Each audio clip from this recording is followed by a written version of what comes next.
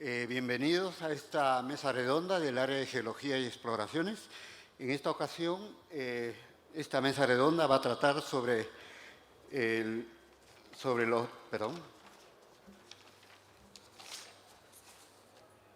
minerales críticos y tierras raras, las expectativas y oportunidades, una mirada regional acerca de estos metales tan importantes en este momento.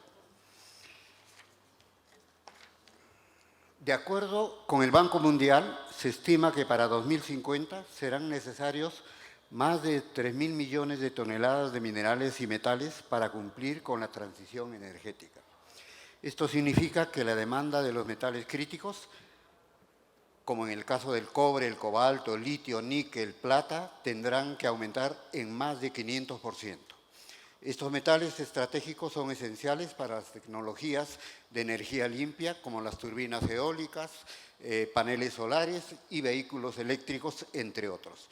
En el caso de las tierras raras, de acuerdo a un estudio de la Universidad Católica de Lovaina, en Bélgica, Europa proyecta un aumento de 7 a 25 veces para cumplir los objetivos del cambio climático. En ambos casos, estos requerimientos superan largamente la oferta y profundizan la dependencia de los países productores y, en el caso particular de las tierras raras, una fuerte dependencia de China, principal productora y transformadora de estos metales. Visto desde el lado de los países productores, implica una gran oportunidad para el desarrollo de nuestra región y un reto para abastecer la demanda de los metales críticos y tierras raras que permitan el cumplimiento de la transición energética.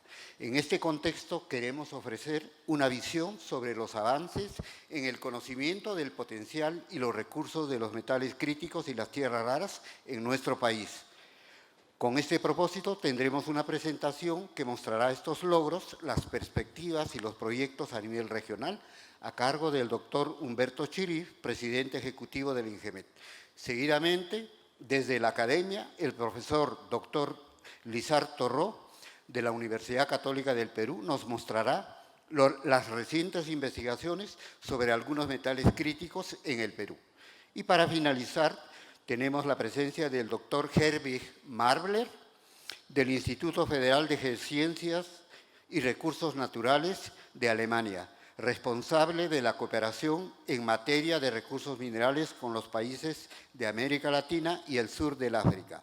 Él nos ilustrará sobre las políticas y estrategias de Alemania en relación con estos metales. Entonces, en primer lugar, tenemos la presentación del doctor Chirif. Adelante.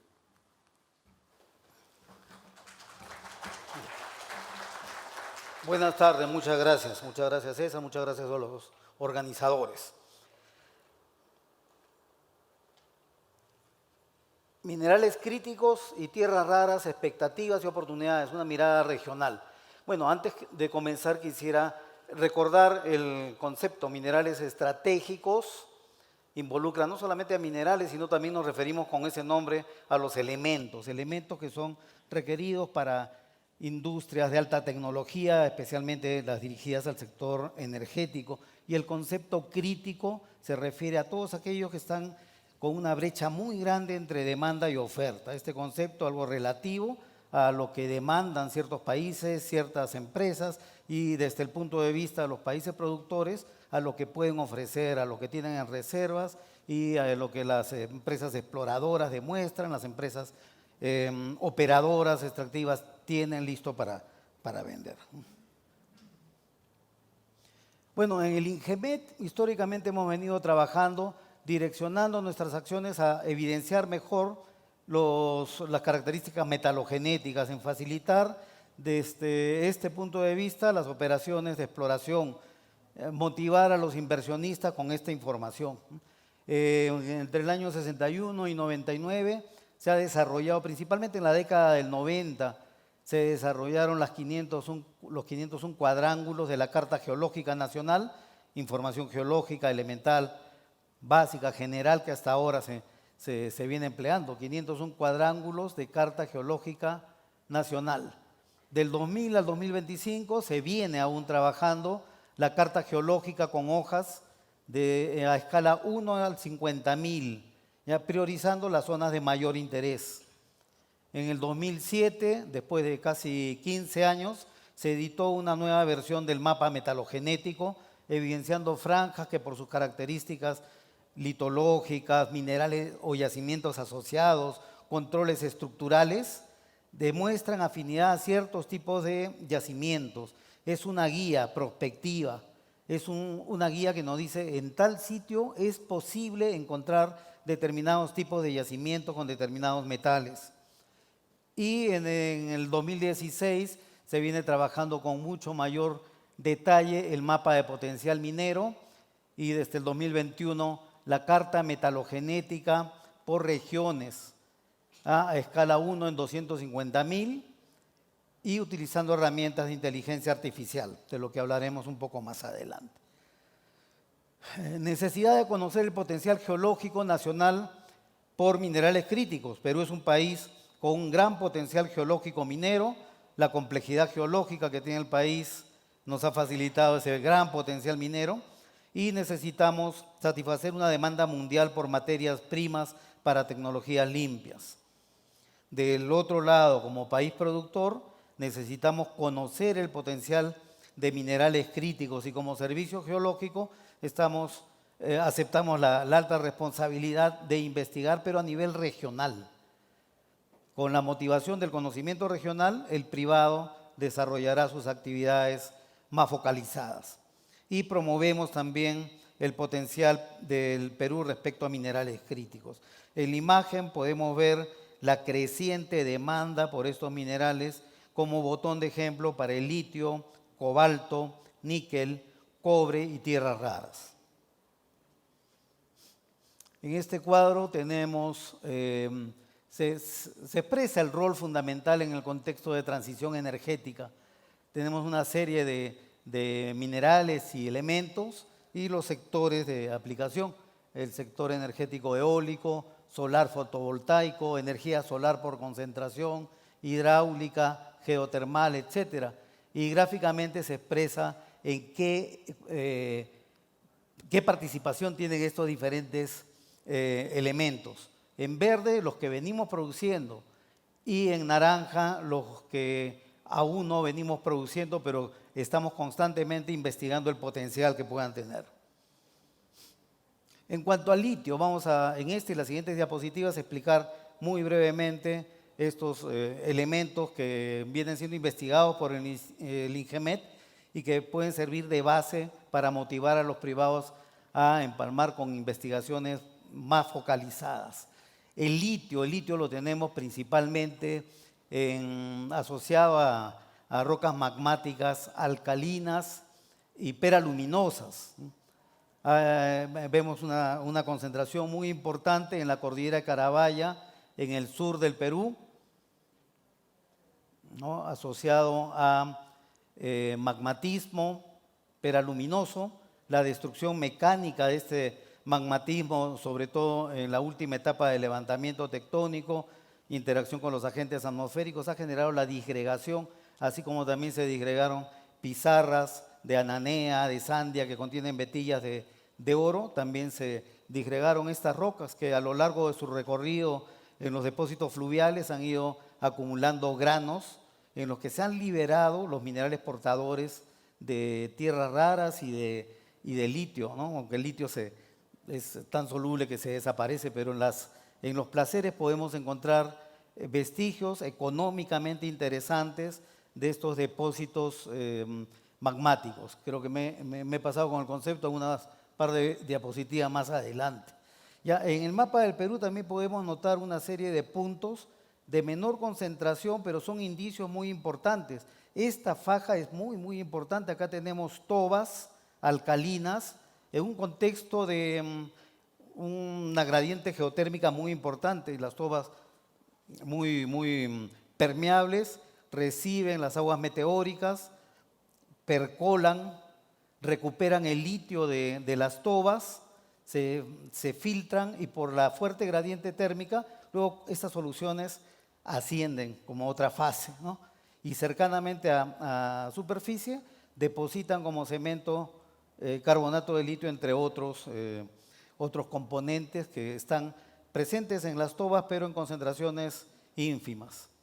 Entonces esta faja anterior, esta faja de acá la veo muy importante, tan importante como lo que tenemos en la zona de Macusani, Sicuani y más al norte. Ahora, en cuanto al cobalto, asociado principalmente a depósitos, a rocas magmáticas máficas y ultramáficas, tanto en la cordillera oriental como también en las primeras manifestaciones del batolito de la costa y en este importante metalotecto que tenemos acá, enclavado en el grupo Copará, ¿no? Tenemos entonces yacimientos con contenido de cobalto, algunas evidencias primarias hacia la cordillera oriental y secundarias como depósitos de eritrina en la zona alta de Ica. Níquel, principalmente asociado a magmatismo máfico y ultramáfico, también alineado en la cordillera oriental, en depósito y en menor presencia hacia el flanco occidental de la cordillera occidental, ¿no? Asociado a yacimientos IOCG, a depósitos de metasedimentos y a la franja de estaño molibdeno del sur del Perú. Cobre, otro elemento estratégico, pero más ampliamente distribuido y en concentraciones mayores, un tipo de elemento que se viene explotando históricamente en el Perú, asociado a pórfidos, depósitos IOCG, pórfidos de oro, de cobre molibdeno, en scars y en la franja de wolframio, estaño molibdeno del sur del Perú. Tierras raras, tanto ligeras como pesadas, asociado a yacimientos tipo IOCG, a magmatismos alcalinos y peralcalinos. Los magmatismos alcalinos muestran presencia de baja concentración hacia la zona occidental, principalmente en los intrusivos paleozoicos de la costa sur del Perú y mayores concentraciones hacia la cordillera oriental. Toda la información recopilada y disponible es tratada con herramientas de inteligencia artificial que la maneja el grupo especializado y nos permite elaborar mapas en las que se suman características de procesos constitutivos, de rocas que puedan alojar este tipo de yacimientos y de evidencias geológicas de los procesos y permiten elaborar mapas como el que se muestra a la derecha, mapa de prospectividad minera, integración hecha con herramientas de inteligencia artificial de los diferentes conceptos, pero sin embargo la mano del hombre nunca va a ser reemplazada, es protagónica de toda esta generación de información. La reflexión final que podemos hacer a estas generalidades que en pocos minutos estoy presentando es que es importantísimo comprender los sistemas mineralógicos. No basta las franjas favorables para determinados tipos de yacimiento, sino que por zonas, por tipos de yacimiento, por yacimientos en particular, poder comprender cómo ha sido la evolución geológica que ha generado ciertos sistemas mineralógicos. Llegar a comprender eso en unidades mucho más pequeñas que los metalotectos de los que siempre hablamos, van a permitir saber a dónde podemos encontrar como subproductos qué elementos estratégicos. De acá se desprende la necesidad de estudios de química mineral, principalmente cristaloquímica, llegar a comprender cómo está presente el elemento, cómo está constituyendo la red cristalina o cómo está como microinclusiones entre las primeras fases del mineral principal que se haya ido formando. De ahí también la necesidad de recuperar la actividad metalúrgica, comprender en qué zonas es más favorable un determinado proceso metalúrgico y si a esto le integramos información ambiental, ecosistemas favorables en los que se puedan desarrollar estas actividades y otros mucho más sensibles, vamos a poder contribuir grandemente al país orientando el óptimo desarrollo de la actividad metalúrgica. Acá se necesita profundizar muchos estudios y puedo anunciar ya a estas alturas con mucha satisfacción que recientemente hemos pasado la etapa de revisión de nuestro proyecto de ley de organización y funciones del INGEMET. Ha pasado y ha sido aprobado por unanimidad en la Comisión de Energía y Minas. Ha pasado ahora al Pleno y esperamos que en el transcurso del mes de octubre podamos celebrar tener por fin la ley del INGEMET. Y gracias a esa ley poder abrir nuevamente, después de más de 30 años que no lo tenemos, una dirección de línea de minería y una dirección de línea de metalurgia para poder recuperar esa investigación que por parte del Estado se ha perdido y poder orientar a los inversionistas sobre temas también metalúrgicos, particularmente la geometalurgia es un componente más que se maneja en la exploración y va a ser decisorio para las empresas. Bueno, es todo lo que les he presentado por ahora y voy a quedar atento a sus intervenciones. Muchas gracias. Gracias, Humberto. Ya, ok. Ahora vamos a tener la presentación del doctor Elizar Torró. Adelante. Muchas gracias. Muchas gracias, César, y evidentemente Foro TIS por la invitación. Foro TIS es seguramente uno de los foros más importantes, más relevantes a nivel global para discutir sobre minería y el impacto que tiene en la sociedad, en la humanidad. En el caso de hoy, pues hablando de minerales críticos. Y efectivamente, pues bueno, voy a dar algunas definiciones, algunas reflexiones y después básicamente lo que voy a hacer es centrarme en 3 ejemplos de investigación científica que estamos desarrollando desde la Pontificia Universidad Católica del Perú, enfocados a metales de batería, que son, pues, dentro del grupo de metales estratégicos, pues un grupito, ¿no?, de ellos. Entonces, lo primero, claro, cuando hablamos de minerales críticos, el problema es que la cosa empieza a dar un poco de miedo, porque si pongo aquí esta tabla periódica del USGS, todo lo que está en rojo son minerales críticos. Vamos a terminar con toda la tabla periódica en rojo, ¿eh?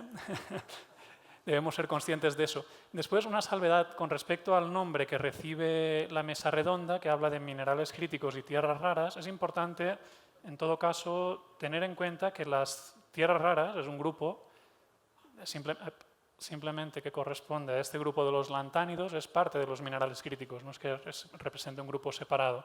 Metales críticos incluye, pues, los lantánidos, muchos metales y algunos metaloides. No existe una única lista de materias primas críticas de origen mineral. Cada país o asociación de estados suele elaborar sus propias listas y eso lo hace en base a su casuística interna. Hay que se focalizan mucho en su producción, porque son países productores. Hay que lo hacen más basados en la economía, porque son países manufactureros. Hay algunos que lo hacen desde el punto de vista de la defensa o una combinación de estos. Por ejemplo, la Comisión Europea, aquí a la izquierda, define como materias primas críticas todas aquellas que superan un cierto umbral de importancia económica y riesgo de suministro. Esa es una posición muy basada en una economía productora, ¿no?, de bienes tecnológicos. Y es interesante ver en el lado derecho la que sería la lista de 34 materias primas críticas para el gobierno de Canadá. Y en este caso las definen primero un poco poéticamente, dicen que estas materias primas son los cimientos sobre los que se construye la tecnología moderna.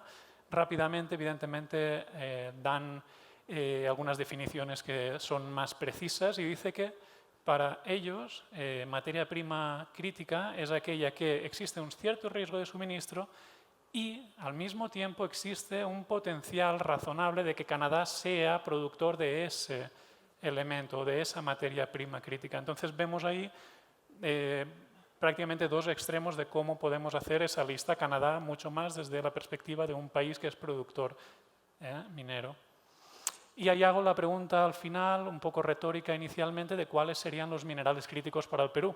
No nos caracterizamos por ser una economía muy planificada en el medio y largo plazo, pero creo que deberíamos empezar a pensarlo, ¿no? Voy a ver si puedo ir respondiendo a esa pregunta de cuáles son los metales que deberían ser críticos para nuestra economía. Y sigo con el informe de Canadá porque es muy ilustrativo también. En su caso dicen, está bien, podemos controlar la producción, pero ojalá podamos controlar tanto como sea posible toda la cadena de valor. Es decir, no solo la fase upstream, sino también la midstream y la downstream. Yo creo que para Perú, una economía como la nuestra, ojalá en el corto medio plazo podamos hacer nuestra lista basándonos en el upstream y en el midstream y ojalá en un largo plazo también tomando en cuenta el downstream. De todas maneras, voy a recuperar esa pregunta de cuáles son los metales críticos para el Perú justo al final de la presentación. Y ahora me centro en metales de batería. Y lo hago también porque creo que es un ejemplo perfecto para ilustrar cómo la transición energética hacia la descarbonatización de la economía, la electrificación, va a suponer una demanda ingente, enorme de metales, y no solo en volumen, sino también en variedad. Si nos basamos en las baterías que se utilizan en los vehículos eléctricos, que ahora ya representan más del 50% de la demanda, por ejemplo, o de la fabricación de baterías ya está destinada a vehículos eléctricos, vemos que cada una de esas baterías, cada vehículo eléctrico va a tener decenas de kilogramos de elementos como cobre, aluminio, también de minerales como grafito. Van a tener, por supuesto, litio, ese nos suena a todos, ¿no? Estamos hablando de 5, 6, 7 kilogramos de litio en cada batería, eso es una barbaridad. Se pueden imaginar volumétricamente lo que representa, porque es un elemento que es muy liviano. Y después, dependiendo de la composición del cátodo, tenemos que añadir kilogramos adicionales de cobalto, de níquel, de manganeso, de hierro. Y algunos de estos elementos son tradicionales, pero algunos otros, pues hace 10 años prácticamente no les poníamos mucha atención. Entonces creo que es un ejemplo perfecto de hacia dónde avanzará la industria minera, ¿no? Para dar respuesta a esa demanda global para descarbonatizar nuestra economía. Y, como decía el doctor Muñoz, pues me voy a centrar en algunos ejemplos de investigación que estamos desarrollando desde la Pontificia Universidad Católica del Perú. Sobre todo voy a hablar de unos que están financiados por Prociencia, lo hacemos en colaboración con varias universidades nacionales e internacionales y varias empresas mineras. En los últimos dos nos hemos centrado específicamente en metales de batería, y muy en particular lo hacemos en los que nos enfocamos en yacimientos que podríamos considerar no convencionales. Es decir, no es el yacimiento que a uno le viene a la mente cuando piensa en explorar un cierto elemento, ¿no? Y como vamos a ver a continuación, pues en Perú todo es posible, eso lo sabemos los que vivimos aquí, para bien y para mal, en Perú todo es posible. Entonces vamos a ver algunos ejemplos que prácticamente contradicen lo que dicen los libros de texto. Por supuesto, vamos a empezar por el más mediático, famoso, conocido, que sería el litio en el yacimiento, el prospecto de Falciani, que se encuentra en el campo volcánico de Macusani. Es el más famoso, pero no por eso deja de ser muy divertido, ¿no? Este yacimiento es prácticamente único, lo miremos por donde lo miremos. A día de hoy ya están reportando desde Macusani y el Yellowcake recursos superiores a 1 millón de toneladas de litio metal. Eso es una barbaridad, es enorme, es muy grande. Estamos diciendo que Chile, como país, tiene unos recursos totales, según el USGS, de 11.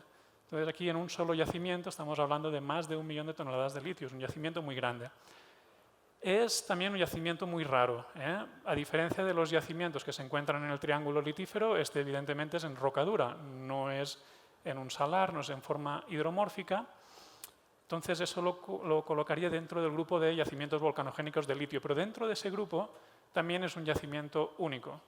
Se encuentra hospedado en tobas, ese soy yo a 5.000 metros, ahogándome sin oxígeno, todo lo que hay debajo es mena. Ustedes recogen cualquier toba o cualquier roca tufácea de esas y les va a devolver un valor de litio de 3.000, 4.000 ppm. Si cortamos una de esas rocas, pues vemos que son unas rocas bandeadas, seguramente depositadas en un ambiente lacustre.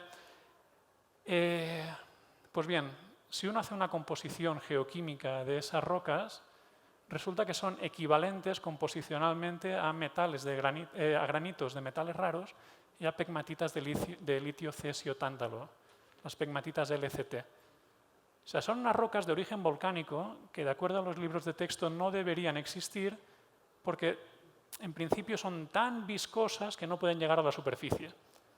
Como en Perú todo es posible, tenemos equivalentes a una pegmatita de LST de origen volcánico. Eso es importante, pero después si nos centramos en la mineralogía, lo que hemos encontrado desarrollando esta investigación es increíble.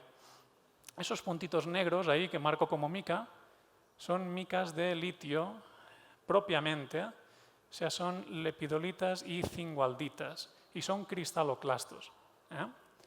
Es la primera vez que se describe a nivel mundial una mica de litio, hablando de lepidolita y zingualdita en una roca de origen volcánico. Y hablando de mica primaria, o sea, es una mica magmática. Gran parte del recurso de litio en algunas de las unidades está asociada a micas de litio. Y el otro aspecto importante mineralógicamente de estas rocas son las arcillas. Algunas contienen caolinita, pero hay muchas que contienen esmectitas. Y en particular son esmectitas dioctaédricas. Entonces, cuando uno va a los libros de texto, en este tipo de yacimiento, el litio está en esmectitas trioctaédricas como la hectorita. Aquí no existe la hectorita. Está asociado a micas dioctaédricas, lo que desde el punto de vista geometalúrgico es muy beneficioso porque se puede intercambiar catiónicamente sin ni siquiera utilizar ácidos. El segundo ejemplo es seguramente mi preferido, porque es el caso clásico del beyond the obvious. Todos sabemos que asociado a nódulos y costras de manganeso en los fondos oceánicos tenemos toda una variedad de estos elementos críticos muy importantes, cobalto, níquel, litio, etc. ¿no? Problema. Estos nódulos suelen estar asociados a una fauna bentónica que es única y por lo tanto su explotación podría causar la extinción de muchas especies. Por lo tanto, sabemos que esos recursos están en los fondos oceánicos, incluyendo la cuenca de Pisco, offshore, pero hasta el momento no los explotamos y no sabemos si vamos a llegar a explotarlos, ¿no? Pues en una salida de campo, aquí los estudiantes de Geología de la Pontificia Universidad Católica del Perú, una salida de campo de estructural, nada que ver, con yacimientos, empezaron a encontrar algunos nódulos de manganeso en cantidades abundantes, incluso formando el pavimento rocoso en el desierto de Pisco. Vieron que aquello era raro, me trajeron una muestra, ¿no? Óxido de manganeso, toca hacer un análisis multielemental, resultó que eran muy ricos en cobalto. ¿Ya? Entonces, cuando hacemos análisis de esos nódulos de manganeso, vemos que nos dan promedios de cobalto de 0,20% en peso, que nos puede parecer poco, pero es equivalente o superior, en algunos casos, a los nódulos de manganeso de la zona de Clarion-Clipperton, en fondos oceánicos. Es muchísimo. Son de origen diagenético, a lo mejor tienen un poquito de imprint hidrotermal. Lo que está claro es que son secundarios, son diagenéticos, como digo, con un fuerte control estructural, hay vetillas, es decir, hay removilización. Y después, como digo, son diagenéticos y, de acuerdo a los libros de texto, los nódulos de manganeso diagenéticos no pueden contener cobalto, solo los hidrogenéticos. Aquí tenemos un ejemplo claro de que sí que pueden contener altas cantidades de cobalto. Y lo bueno es que están onshore, están en tierra emergida. Si así uno se fija, esos son papas. O sea, su explotación es relativamente fácil, ¿verdad? Y finalmente quería hablar de un caso también de un yacimiento no convencional de níquel y cobalto, que sería Trapiche. Trapiche se encuentra en el domo de Yauli y forma una mineralización de sulfuros hidrotermales, epigenética, clásica, pero muy rica en níquel y cobalto. Si uno mira los yacimientos que están alrededor de Trapiche, en el domo de Yauli, son sistemas pórfido-cuprífero, con cobre, molibdeno, metales base, etc., pero no níquel y cobalto. En cambio, este en particular está muy enriquecido en níquel y cobalto. Esa mineralización de sulfuro se encuentra sobre todo en forma de vetillas y muy particularmente en forma de mantos en rocas carbonatadas del grupo devónico Excelsior. Entonces, si lo miramos claramente, son mineralizaciones, como digo, secundarias, asociadas a hidrotermalismo, lo cual es un no convencional. Los yacimientos convencionales de níquel y cobalto son aquellos que están asociados a rocas ortomagmáticas, ¿no? O a complejos ortomagmáticos.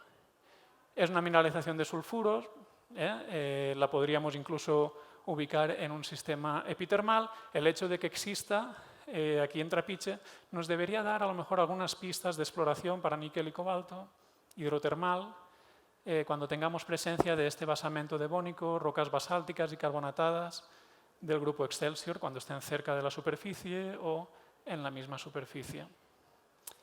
Pero después simplemente quería cerrar con una nota de precaución, ¿no? Un note of caution. Por supuesto, el metal más verde de todos es el cobre. O sea, es muy fancy hablar de todos esos elementos, ¿no?, que ahora están de moda, pero el cobre es indispensable, seguramente el más indispensable para la transición energética. Un vehículo eléctrico gasta 3-4 veces más cobre que un vehículo a gasolina. Y aquí, evidentemente, Perú sí que tiene mucho que decir. Somos productores en el trío líder, digamos, de países productores de cobre. Y debemos tenerlo presente porque es que, claro, es que la producción o el consumo de cobre se duplica cada 25 años. Estamos diciendo que del 2025 al 2050 vamos a consumir más cobre que todo el que se ha producido desde 1900 hasta el 2025. Entonces, creo que debemos estar todos en la misma página, ¿no? Me imagino que todos aceptamos que el cobre es un metal de batería importantísimo y que además, si hay que empezar por alguno en nuestra lista peruana de metales críticos, el cobre debe ser el primero, eso no hay duda, los otros son discutibles. Algunas reflexiones finales. Cada país produce su lista de metales críticos en base a una casuística interna. En el caso de Perú, seguramente deberíamos pensar en el upstream y en el midstream, en el medio plazo. Los metales de batería son el ejemplo perfecto de cómo vamos a necesitar más y más metales para hacer la transición energética. Eso es una receta que les doy a mis estudiantes. Siempre hay que mirar más allá de lo que es obvio, incluso en contra de lo que yo les explico en clase, ¿vale?, para ser exitosos. Y entonces, no sé, en España hay una canción famosa que dice, no sé aquí si en Perú tuvo fama, ¿qué hace una chica como tú en un sitio como este? Entonces yo siempre les digo que traduzcan eso geológicamente. ¿Qué hace una piedra como tú en un sitio como este? Y luego, cuando analizas la piedra, ¿qué hace un elemento como tú en una piedra como esta, ¿no? Entonces, analicen por yacimientos convencionales, pero también por no convencionales, incluso los que vayan en contra de la teoría. Básicamente, cuando tengan una roca, intenten analizar el paquete completo. Y bueno, yo creo que lo podríamos dejar ahí. Seguramente después tenemos más tiempo para reflexiones, pero sí que quiero poner aquí las caras de los protagonistas, que son básicamente los tesistas que han hecho su investigación en el marco de estos proyectos. Y lo que he explicado está recogido en 3 artículos que hemos publicado este año en Mineralium Deposita, Journal of Petrology and Scientific Reports. Si no los encuentran, pues por favor me envían un correíto y se lo envío. Gracias.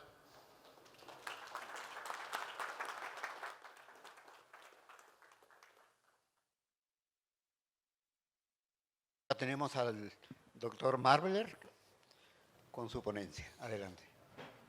Buenas tardes, señores y señoras. Mi presentación está sobre Critical Minerals. Disculpa, mi español no es suficiente para una presentación como esta y especialmente para la discusión después. Tengo que hablar en inglés. Pero mi presentación es muy corto, es bien corto, entonces I will give you a short. Bueno, le voy a dar una visión general sobre los minerales críticos en Europa y las expectativas y las oportunidades, particularmente por los elementos raros, de tierras raras y las estrategias en la comunidad europea y en Alemania particularmente.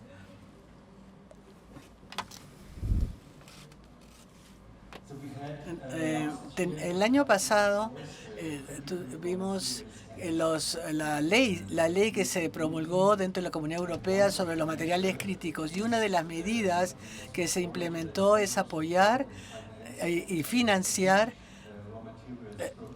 unos proyectos de materias primas estratégicas, 60 proyectos de materias primas, de los cuales 47 están dentro de la Comunidad Europea y 13 están fuera de la Comunidad Europea, en países tales como Brasil, Serbia, Noruega, Ucrania, Canadá, África del Sur, Zambia, Sudáfrica. Perú no está incluido aún.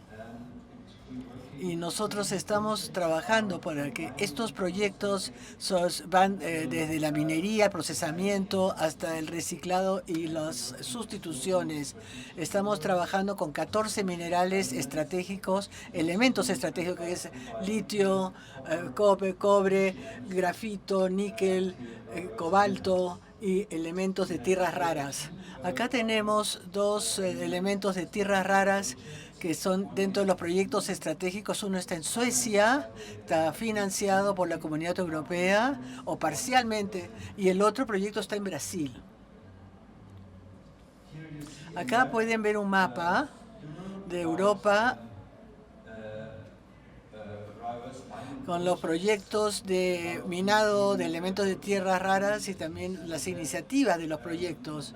Tenemos una cantidad de proyectos que están iniciales, en etapas iniciales en Europa, en todas partes de Europa, desde Portugal, Francia, Alemania, y algunos también en la Escandinavia. Son proyectos que están en etapa inicial, que lo ven los círculos en verde acá. También tenemos que en Groenlandia.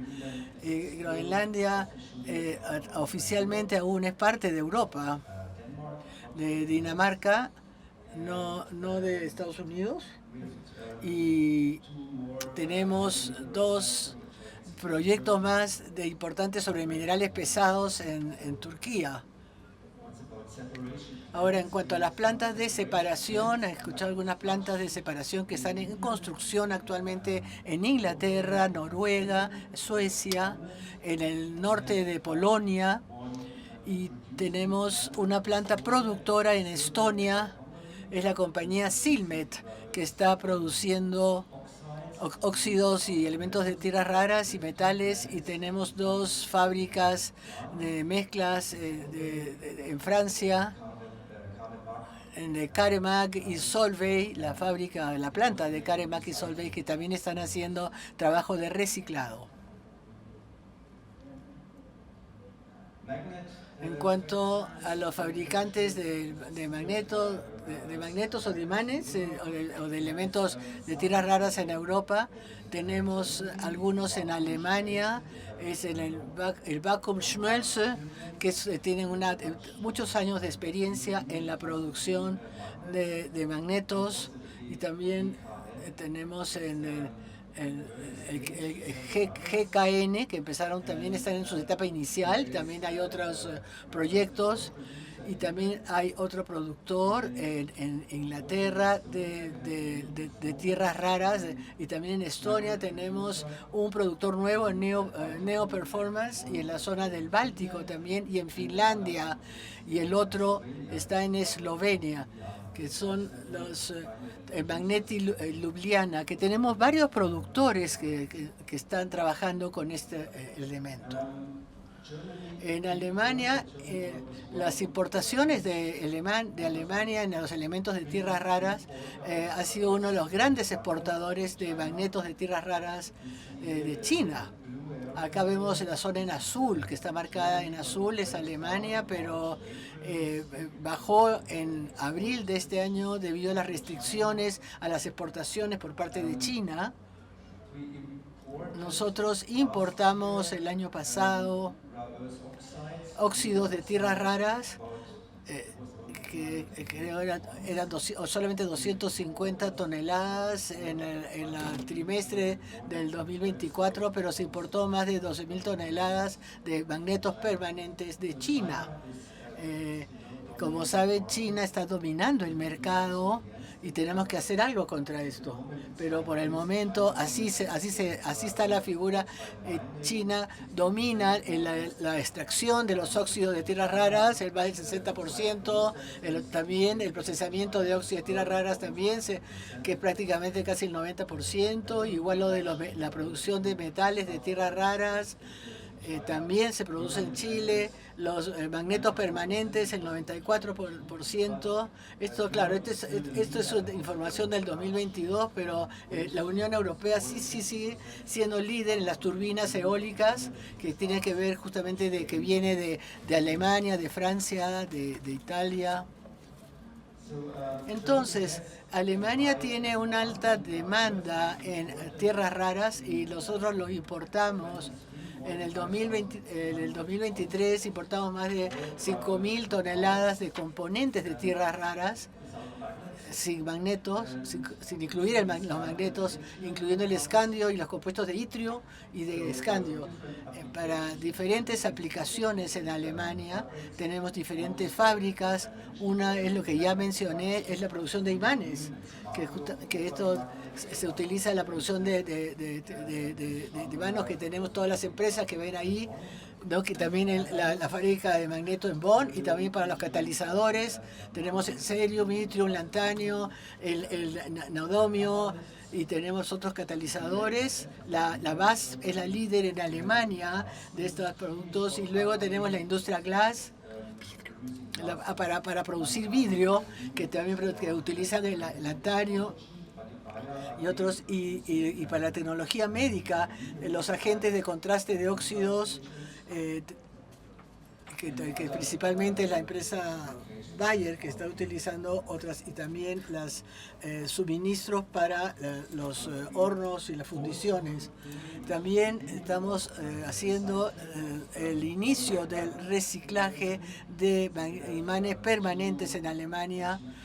Tenemos 2 o 3 empresas que están haciendo eso en Alemania. Jareos es la empresa que comenzó con este proceso de reciclado, y luego también en otro consorcio que trabaja entre Alemania y Reino Unido en Birmingham. Y claro que debido al factor económico también son nuestros proyectos difíciles. Existen otros proyectos de investigación, esto es el reciclado con imanes, tales como el MacBrass con el Instituto Fraunhofer, pero tenemos otros institutos u otras empresas que tienen muchos años de experiencia con el tratamiento y el procesamiento de tierras raras y el reciclado de los elementos de tierras raras. Eso es lo que yo quería compartir con ustedes. Muchas gracias.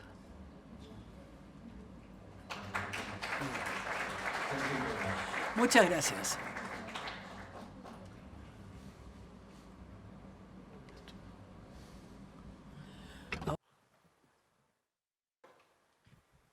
Muy bien. Quizás como una conclusión de esta primera presentación de cada uno de los panelistas, es que podamos decir que no en vano nosotros somos el continente joven, mientras que Europa es el continente viejo, en relación justamente a las acciones que realizamos respecto a la utilización de los metales, o en este caso particular de los elementos críticos y las tierras raras. Quiero decir que si es verdad que todos necesitamos de estos metales, también nuestras necesidades y urgencias son un poco diferentes. Nosotros necesitamos desarrollar más la producción, la explotación de estos recursos, mientras que en Europa están mucho más preocupados por saber cómo pueden recuperar, porque prácticamente ya no tienen yacimientos de dónde obtener estos elementos. Entonces, esa mirada diferente respecto a estas necesidades y acciones es importante para poder, y que a nosotros nos ayuda en todo caso, a tener una ruta por donde debemos andar para poder tener estos elementos y poder no solamente abastecer a los países que los necesitan, sino nosotros mismos poder aprovecharlos de la mejor manera, transformándolos inclusive, como dijo el doctor Chirif, probablemente una buena manera de avanzar en aprovechar mejor es poniendo nuevamente en operación la Oroya.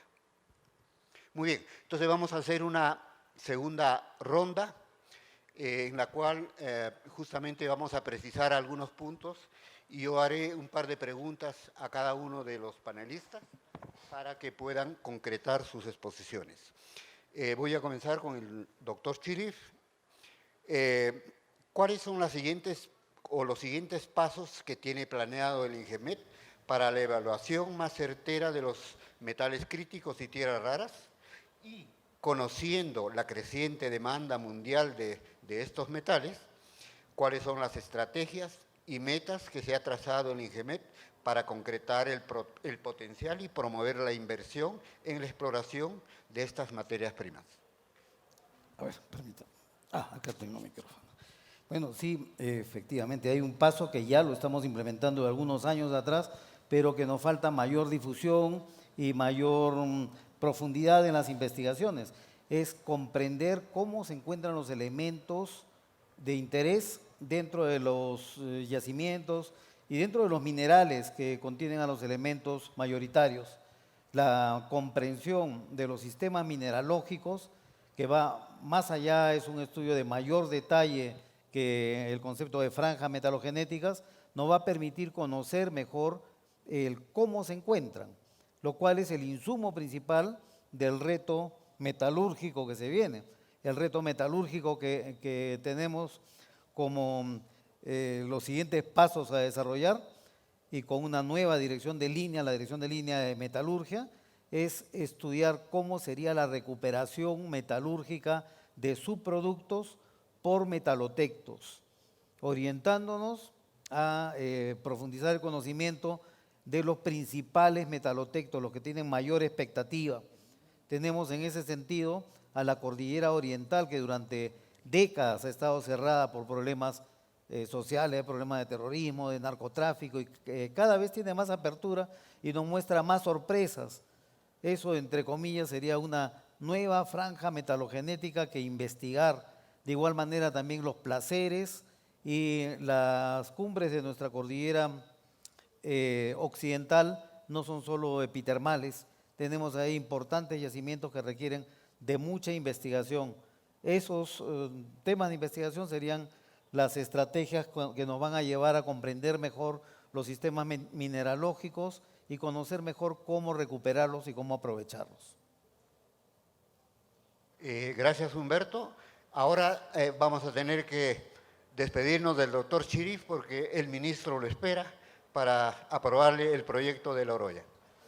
Muchísimas gracias. Muchas gracias. Gracias. Bien, entonces continuamos. So, continuing, Ahora haré un par de preguntas al profesor Torró.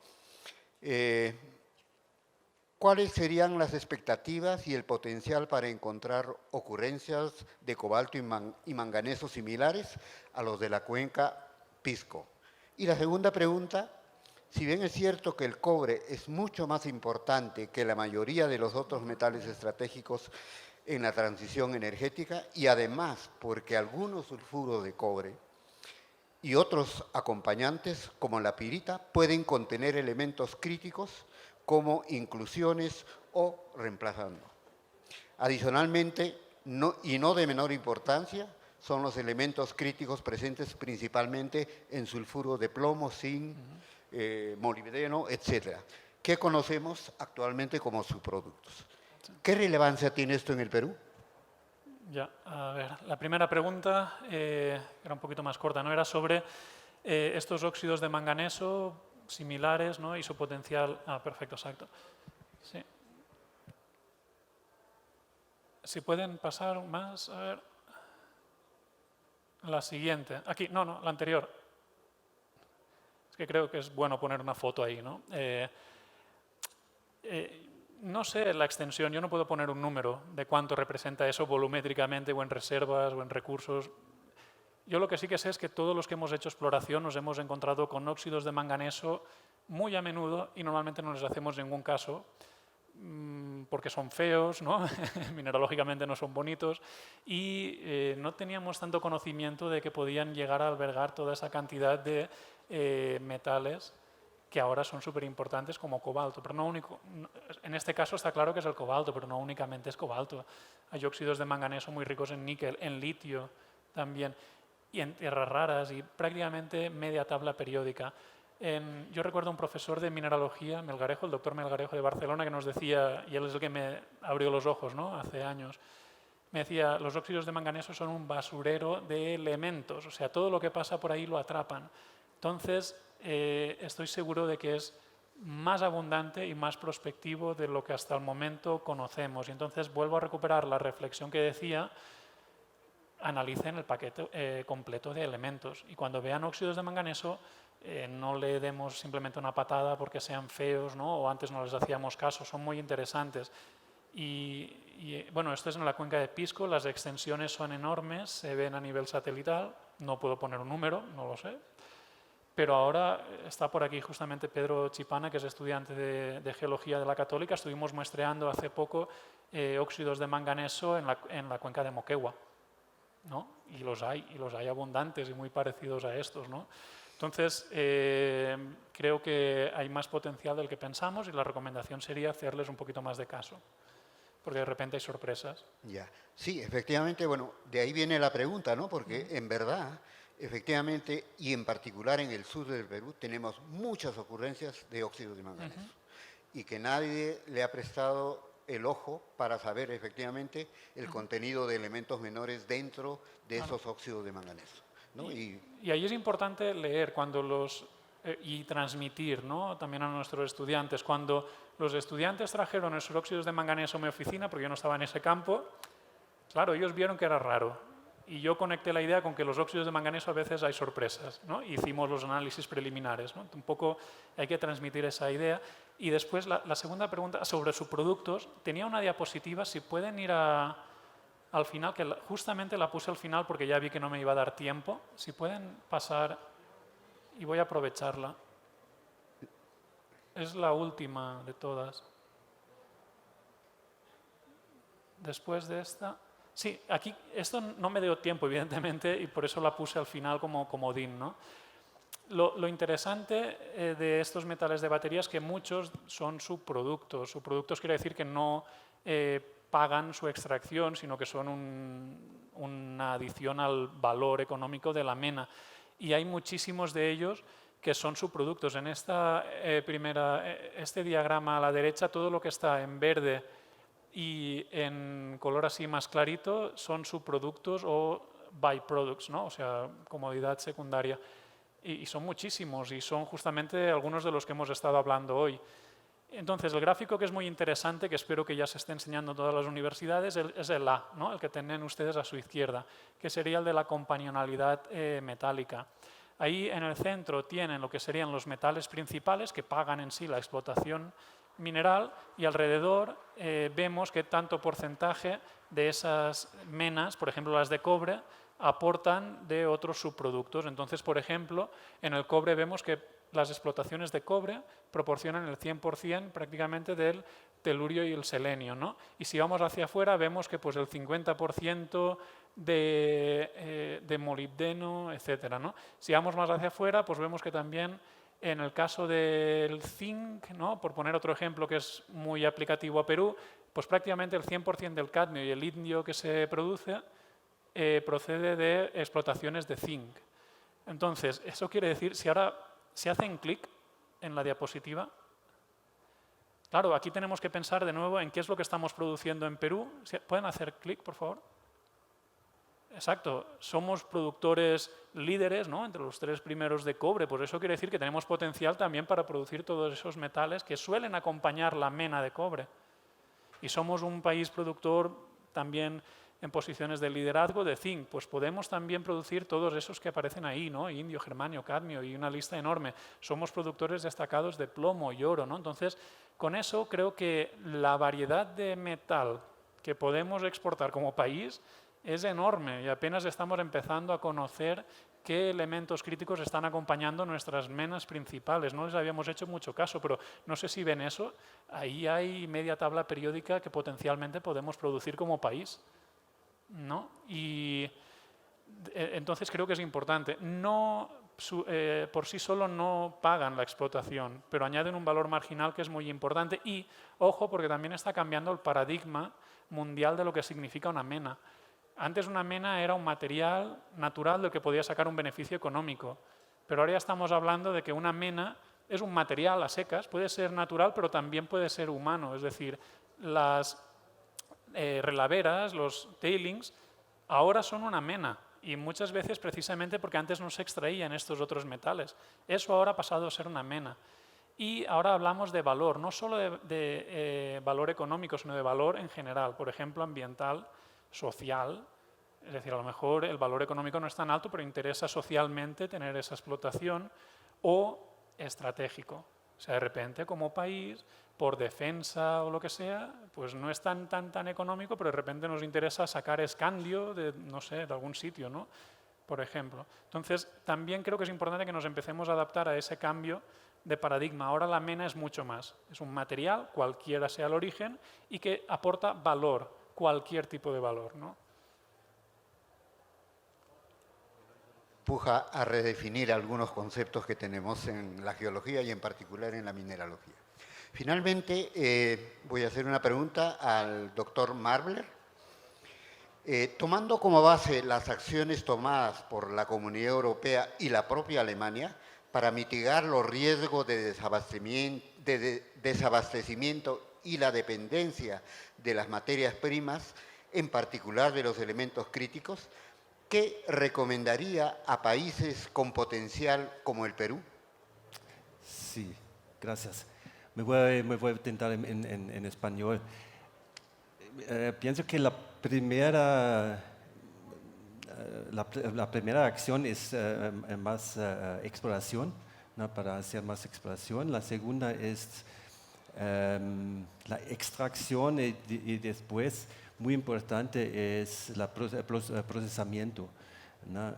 Para hacer más innovativas, más research científica, ¿no? También, no solamente en la área privada, en la área de compañías, mas en el área de público también, ¿no? También en el INGEMED nos tenemos un acuerdo, una cooperación con INGEMED. Por ejemplo, todavía tenemos un proyecto de extraer germanio y galio de los depósitos Mississippi Valley Type en el central de Perú hasta el norte de Perú. Hay un potencial grande, ¿no? En los depósitos de plomo y zinco, de galio y germanio. El galio, germanio y también indio, también hay en algunos depósitos. También es una cosa política, también hay restrictivos de exportaciones de China. Todo el mundo está dependiente de China, de estos elementos high-tech, porque Alemania es muy dependiente de estos elementos. Nos estamos construyendo una industria de chip. Una chip industry is under construction. ¿No? Nos tenemos Infineon, pero hay otras compañías como compañías americanas, ¿no? que quieren hacer fábricas en Alemania, pero falta la materia prima, ¿no? Toda la materia prima, o especialmente germanio, galio, también indio, también otras cosas vienen de China, ¿no?